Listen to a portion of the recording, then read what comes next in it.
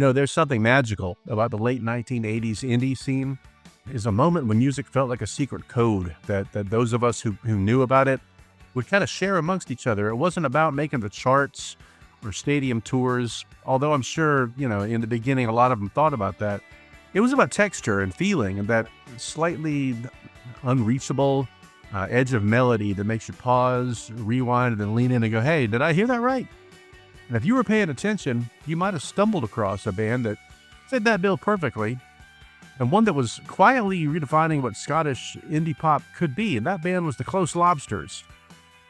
Hey, before I start, how about down in the comments below, maybe tell me where you're listening from. I got a comment a couple weeks ago on my game theory video from a girl in the Philippines, which I thought was crazy. Anyways, on to the story.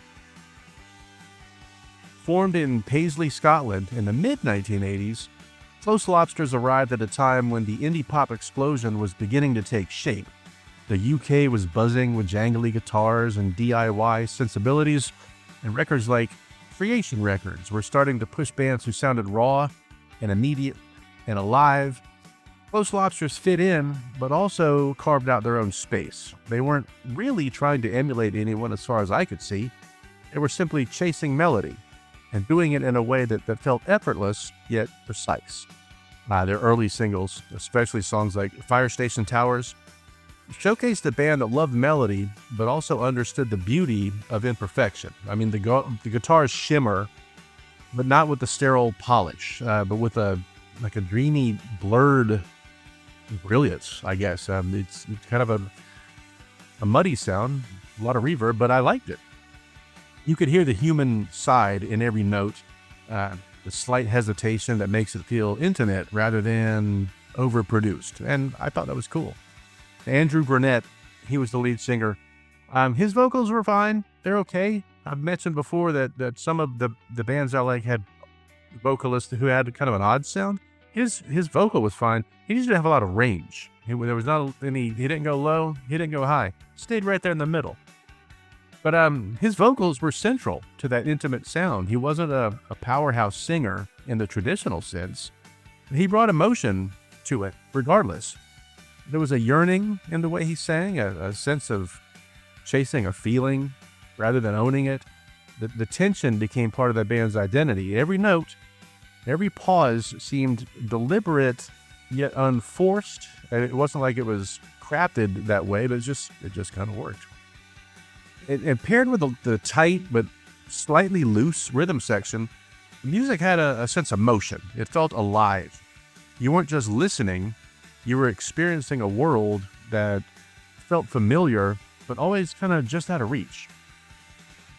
So by the time their debut album, Foxheads, Stalk This Land, came out in 1987, Close Lobsters had fully defined their sound.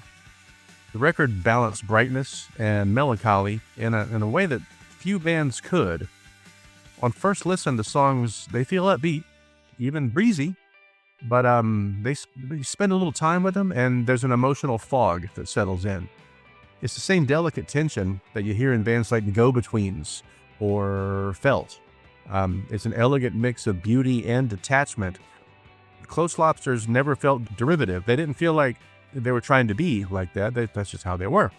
They had an uncanny ability to make jangly guitars feel airy and yet grounded, like a breeze that carries, soothing and longing at the same time. It was neat. And if you're diving in for the first time, to this album especially, check out Just Too Bloody Stupid or What Is There to Smile About. Also the song Foxheads, the single, right? I don't know if it's a single, but it's the song on there. That was great as well. I always go back to that. And that's the sound right there. It's jangly, it's emotional, and completely timeless. I really dig them. Part of their charm came from subtle rhythmic play. The drums sometimes arrive a fraction late, and the guitars kind of weave in and out of the melody, but it all really holds together. That looseness, that sense of anything could happen, is what made their music breathe. There's a natural human quality to it, a sense that you're listening to people who are alive in the moment, not technically great musicians executing perfection. I can't imagine many of these songs taking more than 2 or 3 takes. It's loose, but really, really good. And that's part of why their songs remain so compelling, so much longer later. While they were based in Scotland, the Close Lobsters found an unexpected audience across the Atlantic. American college radio, always hungry for jangly, illiterate alternative rock, embraced them. If you were listening to stations that also played Let's Active or the DBs or R.E.M., there was a good chance you would catch a Close Lobster song on there at some point. That transatlantic connection gave them a unique position. They existed kind of between the two worlds. They weren't fully part of the hardcore UK indie scene, nor entirely a part of the American college rock movement. They were in between. And that kind of became their identity. It may also explain why they never broke into the mainstream, and I think that could be the case. They didn't fit neatly into any narrative, but artistically, that liminal space was kind of exactly where they thrived. Their second album, Headache Rhetoric, that came out in 1989, it refined the sound established on their debut. And the first album introduced the band's language. The second one kind of showed where they were taking it. The arrangements were a little bit tighter, but not so much that the music lost its airy quality. There was more confidence in the songwriting.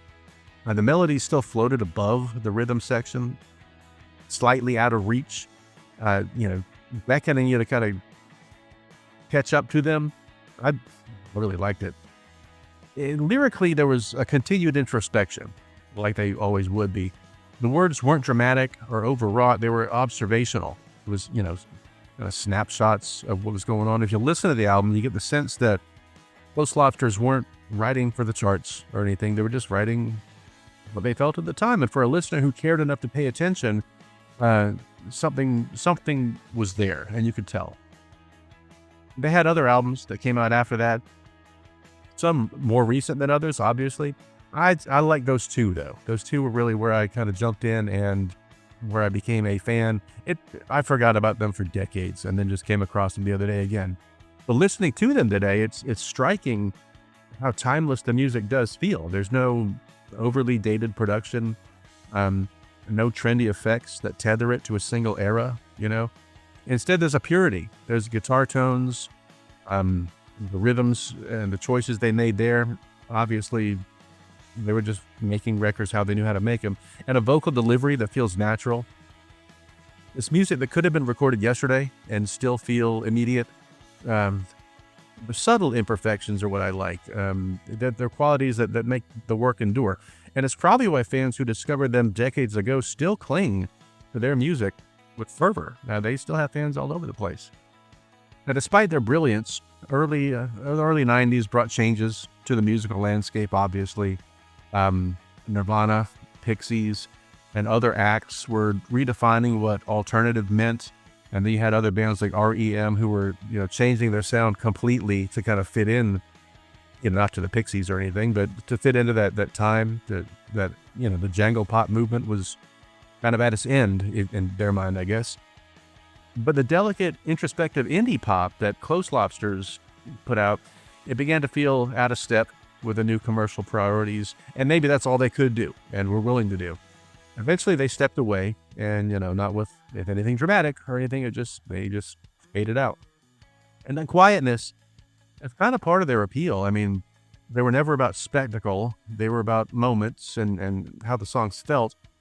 The songs reward repeated listenings and attention and patience with it. And they exist in between where the beauty of the song kind of meets that imperfection. And I like that. And that's why the music remains that way. It's not the kind of sound that demands instant recognition, but it's the kind you live with, and it becomes part of your life, without making it being showy about it. Over the years, they reunited, occasionally releasing new material and performing for dedicated fans, but the enduring impact isn't just in reunions or the records, it's in how the music connects. It's in the quiet recognition that, sometimes the most important bands aren't the ones dominating the charts. Like I've said many times, they're the ones that kind of quietly shape your sense of sound and melody. And they did that. They made a music that asks for attention, but it leaves a lingering emotional footprint. And, just take the time to listen. If you haven't spent time with Close Lobsters, now is a perfect moment. I would put on Foxheads Start with that and just let it play. Sit with it. Listen to the subtleties, the gentle off-kilter drums. It's subtle, but it's there. The longing in Andrew Burnett's voice. Let the guitar shimmer and kind of drift around the room. Let yourself notice that the small details that make each song feel alive, because in a world saturated these days with polish and perfection, quiet human elements of Close Lobsters actually feels extraordinary. I do believe that. Their music, it endures not because of flash or fame, but because of the connection. And once it finds you, it never really leaves you. And hey, that's great. They're a reminder that the magic in music often exists in spaces outside of the spotlight, in songs that aren't screamed from stages or shoved into charts, but that quietly just touch the listener. They're in every sense a band for those willing to pay attention, for those who hear what others might miss. And in doing so, they left an imprint that has grown over time, becoming part of my memory of music from that time. A world that was slightly richer, a little dreamier, and definitely more human. Speaking of human, no AI on this channel, obviously, because it would be a lot better if it was. So make sure, if you like Close Lobsters or anything in that era, make sure to like, subscribe. You know how YouTube works. It really does help the channel. It doesn't cost you anything. Until next time, always look up, because that's where the answers are.